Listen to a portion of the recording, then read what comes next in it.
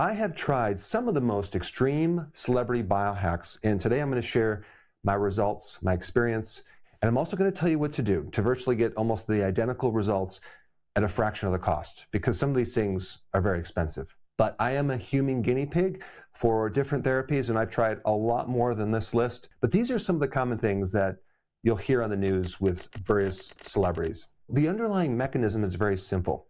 You're adding a stress to the body to trigger certain biochemical pathways to help you heal faster or more efficiently. But realize that the ultimate healing comes from your own body, not externally. The external things are called epigenetics that can actually trigger this healing to happen. So let's first start out with number one, peptides. A peptide is basically instructions to tell your body what to do.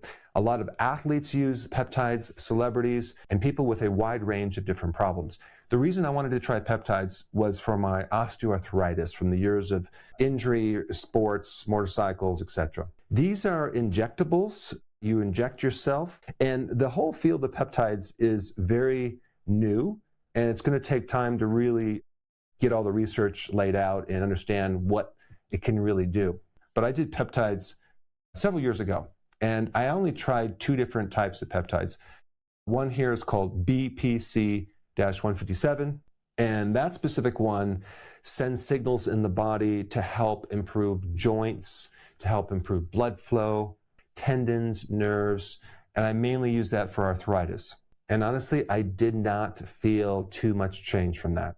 I also tried this one right here called thymosin alpha-1, and this one works a little bit more on the immune system, reducing inflammation, especially for chronic inflammation, to see if it can help me with my arthritis. That being said, a lot of people swear by these, and there's a lot of people getting great results. It didn't do much for me, but what I found that worked better for my arthritis is myofascial stretching. Every night before I go to bed, I do a regular routine that involves stretching not just my joints, but my fascia, which is kind of like the wetsuit throughout the entire body. But out of all the things that helped me, that was the biggest thing. And of course, omega-3 fatty acids. Cod liver is very important, and also getting rid of all the seed oils. But for me so far, fascia stretching is hands down the best thing that works for my arthritis. Let's talk about number two, stem cells. Now, this is an interesting topic. There's a lot of different people that you can go to get stem cells. I went to a clinic in LA, which has a very advanced way of extracting stem cells from your fat. So I actually had to gain weight. So I had a little bit of a roll in my stomach so they can extract the stem cells from it. And they have this machine that they siphon it down and they extract these stem cells and then they inject them into your body while you're unconscious. Very expensive versus other types of stem cell therapy where they will use other types of stem cells from animals or other sources and then they'll inject you. I've done those too. They're less expensive. Personally, I didn't see a lot of change. I did feel some improvement, no doubt. Would I do it again? I don't think I would. But again, the reason I went is because I kept reading all the success stories, and there are so many people out there that will swear by it. It's just a miraculous thing for them. But I did it for my arthritis, and they actually gave me over 125 injections in my spine. And they also did it in my elbow and my shoulder. So it was quite intense. And the recovery was crazy too, because you're a little bit sore after this. And so you're kind of walking kind of slow. I remember I was in LA and I had to stay there a few days. So I was in sweatpants and this big shirt. I was kind of black and blue where they took these stem cells out. And I'm kind of walking down Hollywood Boulevard, shuffling around like an old person. And I couldn't take a shower right away. So my hair was all messed up and I was walking and hoping no one would recognize me. So of course I was walking by and I saw this very, very expensive health food store. Go in there and get some food. And of course, there were a whole bunch of people eating outside like, hey, Dr. Berg, how are you? I watch all your videos. And I'm like, I'm doing fine. I look like an old man, like I just got out of bed and a cripple, and was hoping no one else would recognize me. But overall, stem cells are really fascinating. There are other ways to trigger stem cells. I would never discourage someone from using stem cells because I've heard some of the most amazing things from them. For me, it didn't really handle my arthritis like the myofascial stretching did. Stem cells are like blank cells that haven't turned into anything yet. And then what happens is these undefined or undifferentiated cells can turn into whatever cells you need them for as new workers. The other thing about stem cells is you can also stimulate stem cells by doing prolonged fasting, okay? 3 days of prolonged fasting can create a huge spike in stem cells without having to spend anything. Fasting is very inexpensive and pretty much everyone can afford it. And just as a side note, if you ever do prolonged fasting and you want to get the benefits of stem cells and the healing and the cleaning up your cells, that's called autophagy. If you're trying to do prolonged fasting for just weight loss, then you should do some intense workouts if you can handle that. But typically, you don't want to do anything crazy because you're in that healing mode and you really want to rest and let your body do its thing and heal and repair. Okay, next one. This is a really interesting one. It's called intermittent hypoxic hyperoxic training. What you're going to do either on a treadmill or a stationary bike is you're going to hook up a mask and it's connected to a machine that can control oxygen. And so you warm up as you're walking with this face mask, and then you flip a switch at a certain point to decrease the oxygen for a very short period of time, maybe 30 seconds, maybe up to a minute. And of course, when you're starting this, you want to start really small, and then we flood the body with oxygen up to 80%. So we just give all this oxygen to the cells while you're exercising. Now, what's really interesting about this is when you starve yourself of a little oxygen and you're mimicking higher altitude training, your cells start getting hungry for oxygen. And then over time, you even build new capillaries and build a new vascular system because you're creating this stress that's causing your body to compensate. And then you literally drive this oxygen into areas of the body that at some point didn't have enough oxygen, especially inflammation. Because anytime you have inflammation, you have a lack of oxygen. So this is a great way to improve recovery and get rid of inflammation. What I did, of course, what I always do, is I just set it for going lower oxygen and push myself a little bit more. And literally, like for 2 weeks, I had this immune reaction because what you're doing is you're increasing blood flow to certain areas of your body that might have toxins, and then that creates an immune reaction. So that being said, if you ever do this, do it slowly and gradually over a period of time. I did it to improve something called VO2 max, my body's ability to use more oxygen. Now, that being said, it's an expensive unit. It's like $10,000.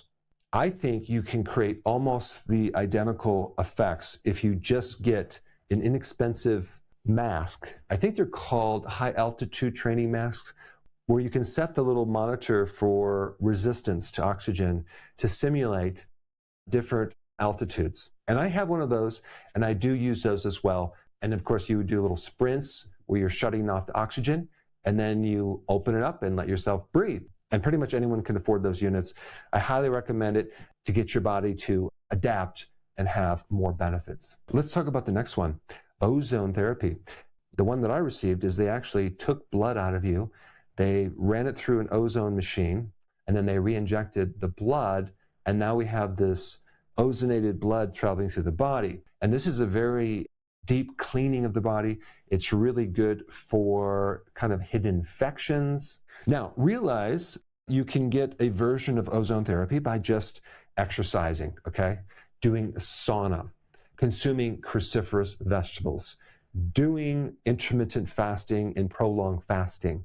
All of these things strengthen your body's detoxification systems. Let's go to the next one, dry fasting. Dry fasting is you're eating nothing and you're drinking nothing. Now, the first thing you probably had a thought on is, wow, this is dangerous. I think we can only exist for 3 days without water. Well, again, I'm a human guinea pig. So of course I had to do it because people tell me not to do it. That's been my nature for a very long time. If you tell me not to do something, of course I have to do it. There are groups of people who do dry fasting. They have done dry fasting for literally 11 days in a row, sometimes longer. When you do dry fasting, you just create more of an intense effect on your body. You trigger a lot of survival genes that you wouldn't necessarily trigger, that you probably never turned on before. There's been some experiments, especially with people that have cancer, that when they did a version of dry fasting, it helped get rid of the cancer faster. But again, you have to do it very, very gradually. It was very weird when I did this, going to bed at night, knowing I didn't drink anything. I was able to do it, but the problem was I was outside gardening when it was hot and I'm sweating. I should have rested in a cool area. And again, I don't recommend that you do this unless you really understand what you're doing and you're supervised, because it's going to add a lot of stress to your body. The last thing I want to say about dry fasting, which is fascinating, is that when you don't drink water, you actually burn more fat. Fat actually converts to water. 1 pound of fat will be converted to more than 1 pound of water. Isn't that bizarre? That is called biological water, and that has some therapy too. The whole mainstream message is you must constantly keep drinking water or you're going to die. We have to drink. But if you take a look at the ancient humans living in the environment, we didn't drink so much constant water. We drank and then we didn't drink for a period of time. So I always question, is drinking constant water such a good thing to do? Sometimes it can deplete you of minerals, especially sodium, and create another problem. But when you're doing dry fasting, you're doing this a lot stronger. And people report back like really huge benefits to this dry fasting. So you might want to do your own research on it. All right, let's talk about ice baths. I have an ice bath. I don't really go below 50 degrees. I tried it. I couldn't do it, so I stick at 50 degrees. And maybe you even need to start at 60 degrees. But the point is that you're changing the body's temperature to create a stress to induce a healing effect in your body. And what I found, because I have arthritis, it creates huge effects on my inflammation.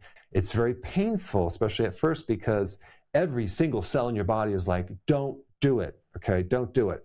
So I just reverse that, and I tell my body, you're going in, you don't have a choice.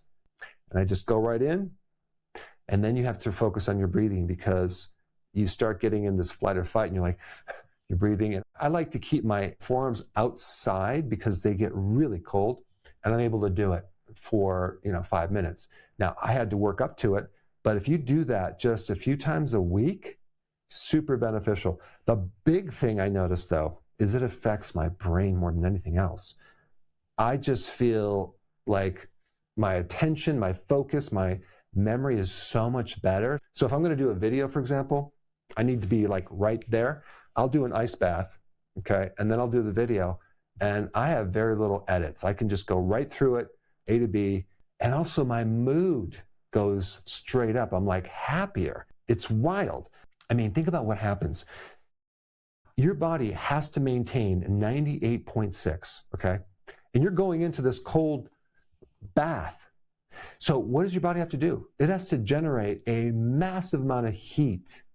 How does it do that? Through the mitochondria. The mitochondria, instead of generating energy, it's generating heat, which is a different thing, and it's wasting a lot of energy.